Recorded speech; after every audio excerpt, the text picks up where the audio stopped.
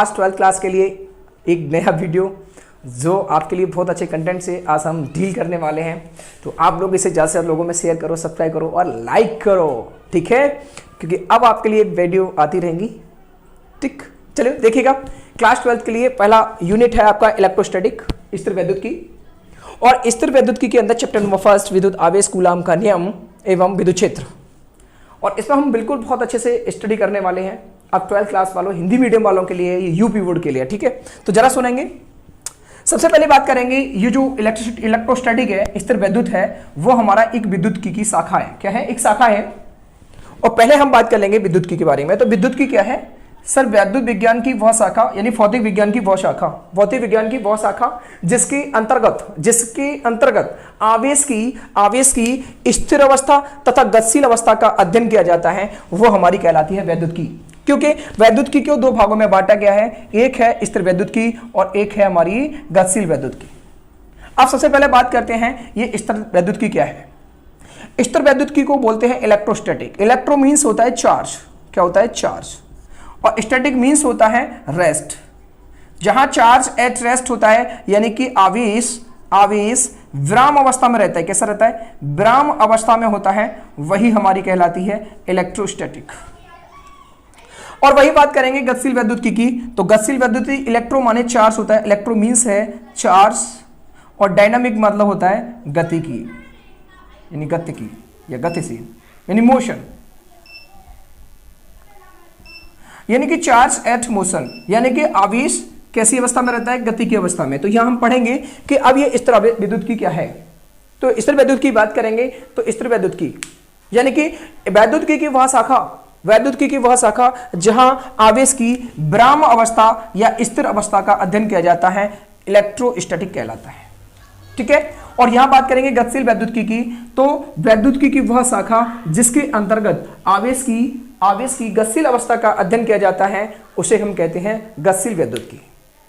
अब 12th class का पहला यूनिट है इलेक्ट्रोस्टैटिक यानी कि स्थिर वैद्युतिकी। अब ये स्थिर वैद्युतिकी क्या है, इसके बारे में आप समझ लिए हैं। और उसमें चैप्टर नंबर 1 और चैप्टर नंबर 1 में हम पढ़ेंगे किसके बारे में? इलेक्ट्रिक चार्ज के बारे में, विद्युत आवेश के बारे में। अब ये विद्युत आवेश क्या है?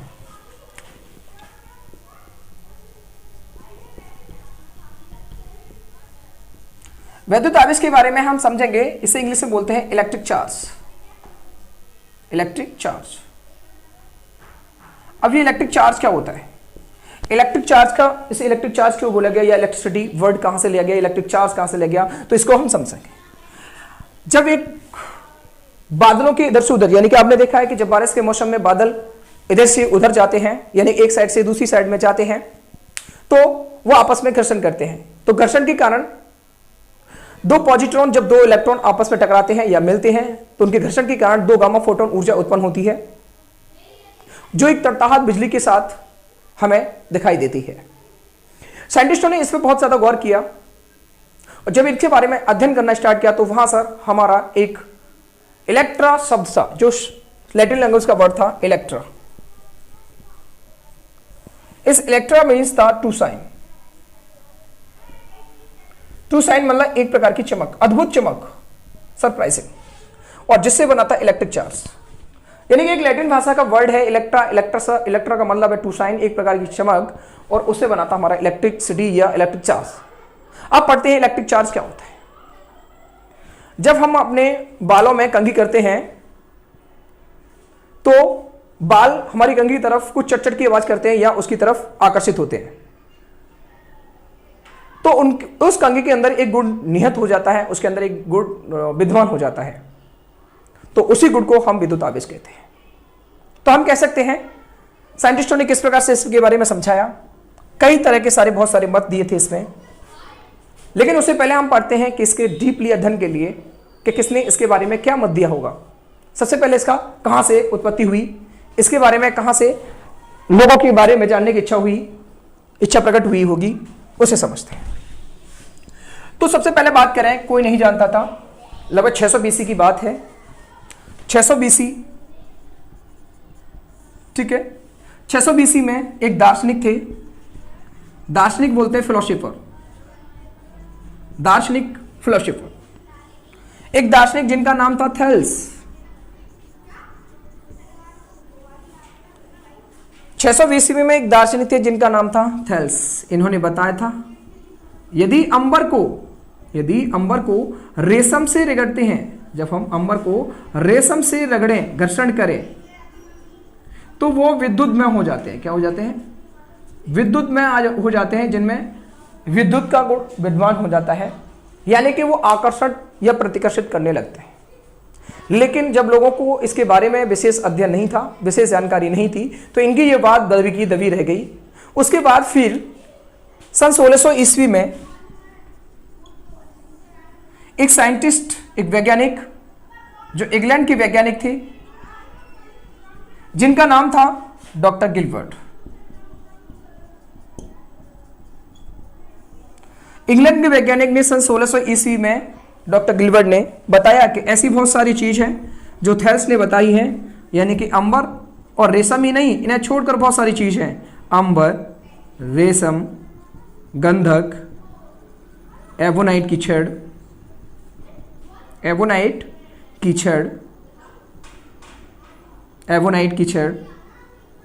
और आपके एबोनाइट की छड़, कांच की छड़ और हमारे थे बिल्ली की खाल, ठीक है, प्लास्टिक। ऐसे बहुत सारे पदार्थ हैं जिन्हें हम आपस में फ्रिक्शन करते हैं, आपस में रगड़ते हैं, तो वो विद्युत में हो जाते हैं, उनके अंदर विद्युत का गुण स्थापित हो जाता है और उनके अंदर आवेश आ जाता है।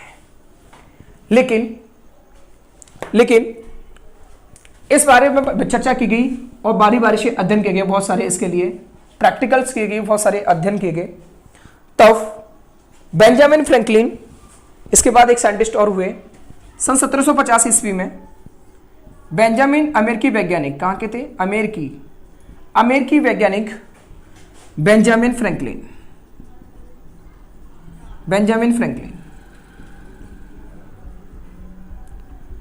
अमेरिकी वैज्ञानिक जिनका नाम था बेंजामिन फ्रैंकलिन, इन्होंने बहुत सारे इन्वेंशंस, बहुत सारे आविष्कार किए, बहुत सारे परीक्षण किए, और परीक्षण के बाद इन्होंने प्राप्त किया कि जो विद्युत आवेश होता है वो क्या होता है, इसके अंदर कैसा गुण होता है और ये कितने प्रकार के होते हैं।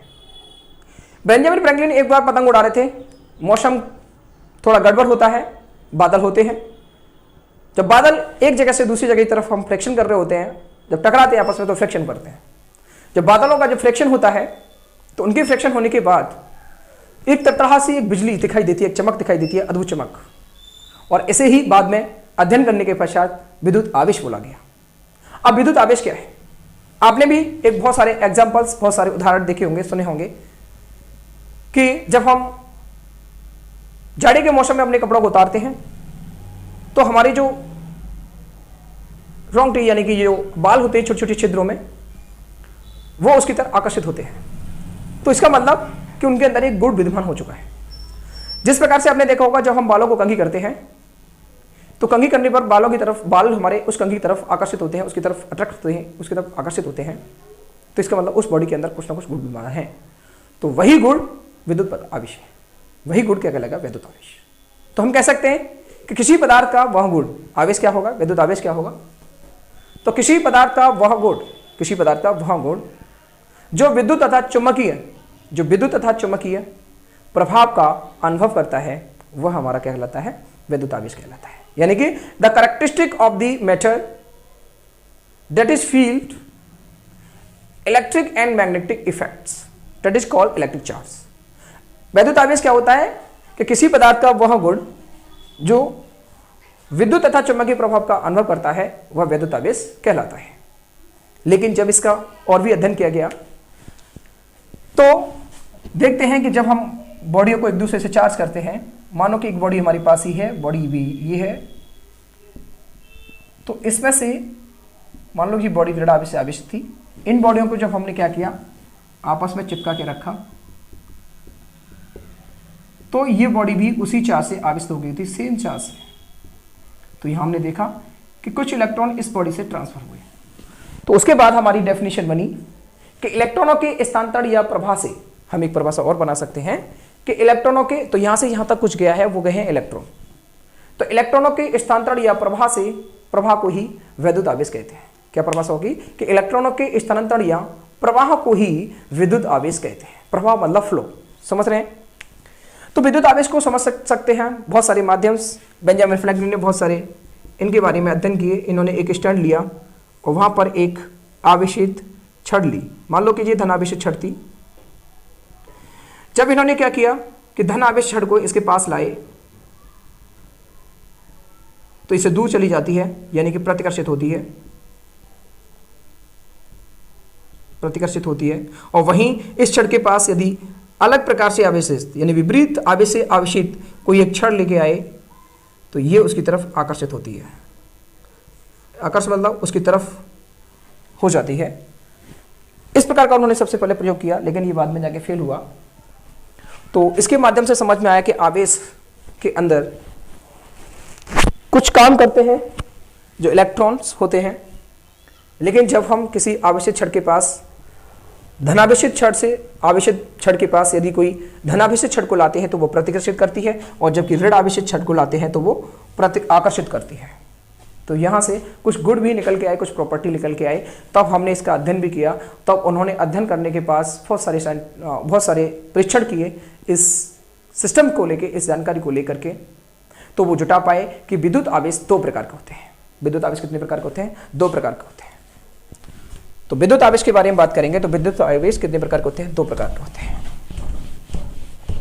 समझेंगे बहुत ही बेहतर तरीके से, बहुत आसान तरीके से समझने की कोशिश करेंगे। फिजिक्स है, जितना इमेजिनेशन करेंगे, मैं आप लोगों को पहले बताता हूं, जितना इमेजिनेशन इसके बारे में करेंगे वो स्टूडेंट बहुत अच्छे से समझ पाएगा इस फिजिक्स के बारे में, बहुत अच्छे से डीपली अध्ययन कर पाएगा। तो समझिए, तो विद्युत आवेश को दो भागों में बांटा गया। एक को बोला गया धनावेश, और दूसरा ऋणावेश। धनावेश को बोलते हैं पॉजिटिव चार्ज और इसको बोलते हैं negative charge. Positive charge and negative charge, positive charge and negative charge. बात समझ में आ रही होगी आपको? बहुत अच्छे से समझिएगा, बहुत ही बेहतर और बहुत ही इजी कंसेप्ट। विद्युत आवेश क्या होता है? तो विद्युत आवेश समझ के आया विद्युत आवेश क्या होता है। विद्युत आवेश को कितने भागों में बांटा गया? तो विद्युत आवेश को दो भागों में बांटा गया, एक है धनावेश और एक है ऋणावेश। आप समझते हैं धनावेश क्या होता है और ऋणावेश क्या होता है। तो मैं कुछ आपको कहानी के रूप में समझाता हूं। मान लो ए ये है और बी है, समझ में आ रहा होगा। हमारे पास दो व्यक्ति मान लो, चाहे दो वस्तुएं मान लो, ठीक है। अब क्या होता है कि ये कोई वस्तु ए है और ये कोई बी है। इसके पास मान लो कि 40,000 रुपए थे, इस व्यक्ति के पास 40,000 रुपए थे और इसके पास भी 40,000 रुपए थे, दोनों के पास 40,000 रुपए। इसके बाद समझते हैं आगे के लिए। इसने कहा भाई साहब मुझे 10,000 रुपए की जरूरत है, तो ए ने बी को 10,000 रुपए दिए। जब ये बी को 10,000 रुपए दे देगा, इसका मतलब इस पर 10,000 रुपए आ जाएंगे। इसमें से 10,000 की कमी मतलब 30,000 और इस पर 10,000 की बढ़ोतरी यानी कि 40,000, वो 50,000 रुपए। मैं आपसे पूछूं एक क्वेश्चन कि इसमें कौन धनी कौन ऋणी? कौन धनी कौन ऋणी? तो आपका जवाब होगा कि बी धनी होगा और ए ऋणी होगा। लेकिन नहीं, आप लोगों के बहुत गलत जवाब आते हैं। ज़्यादातर बच्चे इस पर गलत व्यंग देते हैं, कहते हैं कि बी हमारा ऋणी होगा, वो बी धनी होगा और ए ऋणी होगा। लेकिन ऐसा नहीं होता। देने वाला हमेशा धनी होता है और लेने वाला हमेशा ऋणी होता है। तो यहाँ पर हम देख रहे हैं कि इसमें से कुछ वस्तुएं निकल रही है, कुछ अमाउंट की कमी आ रही है, इसका मतलब ये धनी है, और इसमें कुछ की कमी अधिकता हो रही है, इसलिए ये क्या है? ऋणी है। मतलब यहाँ से समझ में आना चाहिए कि जब किसी वस्तु से कुछ निकाला जा रहा है, यहाँ देखा जा रहा है, तो कुछ कमी हो रही है, और यहाँ पर कुछ डाला जा रहा है तो कुछ अधिकता हो रही है। तो बहुत अच्छे से सिंपल परिभाषा आपको धनावेश और ऋणावेश की समझ में आ जाएगी। तो सुनिएगा कि जब किसी वस्तु से इलेक्ट्रॉन निकाल लिए जाते हैं, अब परिभाषा बना रहे हैं कि जब किसी वस्तु से इलेक्ट्रॉन निकाल लिए जाते हैं तो इलेक्ट्रॉनों की कमी हो जाती है, तो वस्तु धनावेशित कहलाती है। और जब किसी वस्तु पे इलेक्ट्रॉन डाल दिए जाते हैं तथा इलेक्ट्रॉनों की अधिकता हो जाती है तो वस्तु ऋणावेशित कहलाती है। तो समझ में आ रहा है कि धनावेश क्या होता है, ऋणावेश क्या होता है। कुछ क्वेश्चन आपके लिए पूछ लेते हैं कि जब किसी वस्तु से इलेक्ट्रॉन निकाले जा रहे हैं तो वस्तु के द्रव्यमान पर क्या प्रभाव पड़ेगा, घटेगा या बढ़ेगा? आप लोगों के ये जवाब मुझे कमेंट बॉक्स में मिलने चाहिए। तो इसका मतलब आंसर क्या हो जाएगा? जब किसी वस्तु से इलेक्ट्रॉन निकाले जा रहे हैं तो वस्तु कैसी होगी, ठीक है। और जब किसी वस्तु से इलेक्ट्रॉन डाले जाते हैं तो वस्तु का द्रव्यमान बढ़ेगा, ठीक है। क्यों? क्योंकि उसमें इलेक्ट्रॉन डाले जा रहे हैं। और वस्तु कैसी हो जाएगी? उसकी प्रकृति ऋणावेशित हो जाएगी। कैसी हो जाएगी? ऋणावेशित हो जाएगी, ठीक है। इसी प्रकार आवेशों के धनावेश और ऋणावेश आपको समझ में आए। अब हम कहें कि किसी भी वस्तु पर ऋणावेश कितना होता है, इलेक्ट्रॉन पर कितना चार्ज होता है, प्रोटॉन पर कितना चार्ज होता है, तो ये समझ लीजिएगा एक इलेक्ट्रॉन पर माइनस के 1.6 इंटू 10 माइनस के 19 कूलम आवेश होता है। और कूलम क्या है, आवेश का मात्रक है, अभी बता देंगे आगे भी। और प्रोटॉन जो होता है उस पर प्लस के 1.6 इंटू 10 माइनस के 19 कूलम होता है। ठीक है, ये आपके बिंदु बना देता हूं अभी, लेकिन आगे अभी चर्चा करेंगे, कोई दिक्कत नहीं, आप लोग बस ध्यान से हमारी बात को सुनते रहेंगे। अब वैद्युत आवेश है, तो वैद्युत आवेश का मात्रा क्या हो सकता है सर, तो उससे पहले हम पढ़ते हैं मूल आवेश। एक फंडामेंटल चार्ज होता है, उसे बोलते हैं मूल आवेश।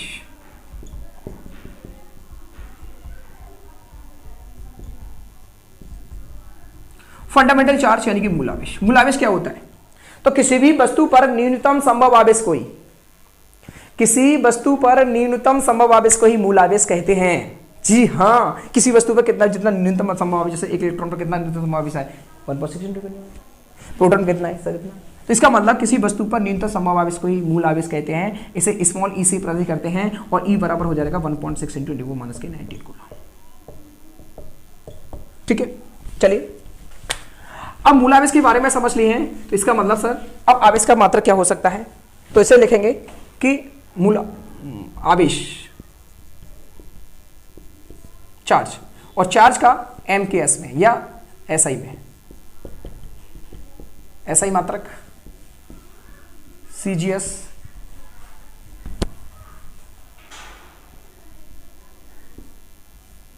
इसकी राशि क्या हो जाएगी और इसकी विमा क्या होगी।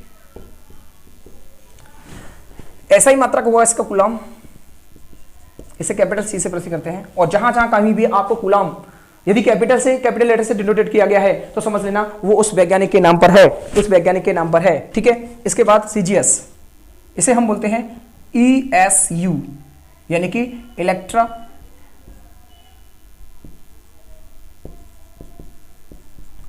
इलेक्ट्रोस्टैटिक यूनिट, या इसे बोलते थे हैं स्टेट कूलम। राशि कैसी होगी, राशि इसकी अदिश राशि होती है, अदिश राशि, और विमा होती है 80। ठीक है, तो ये आवेश का मात्रक राशि CGS में एक चार्ट बना के हमने तैयार किया। तो आज जो अध्ययन किया हमने आवेश के बारे में, और आगे बेहतर क्लास चाहिए आपको तो बस लाइक ठोको और हमें कमेंट जरूर करना, अच्छी लगी हो तो लाइक करें, सब्सक्राइब करें और शेयर करें, और सब लोगों को शेयर करें जितने भी आपके सहपाठी हैं। तो मेरे प्यारे बच्चों, आपको नमस्कार, राधे राधे, जय कृष्ण, और फिर मिलते हैं हम अगली वीडियो पे। बस आपका मुझे अब थोड़ा सा सहयोग चाहिए कि आप लोग हमारे चैनल को सब्सक्राइब कराएं, ज़्यादा से लोगों में शेयर करें। मैं आपको बहुत अच्छे कंटेंट से पढ़ाऊंगा, बहुत तहे दिल से पढ़ाऊंगा, बस मेरा थोड़ा सा हौसला बनाएं। All the best, take care, bye bye.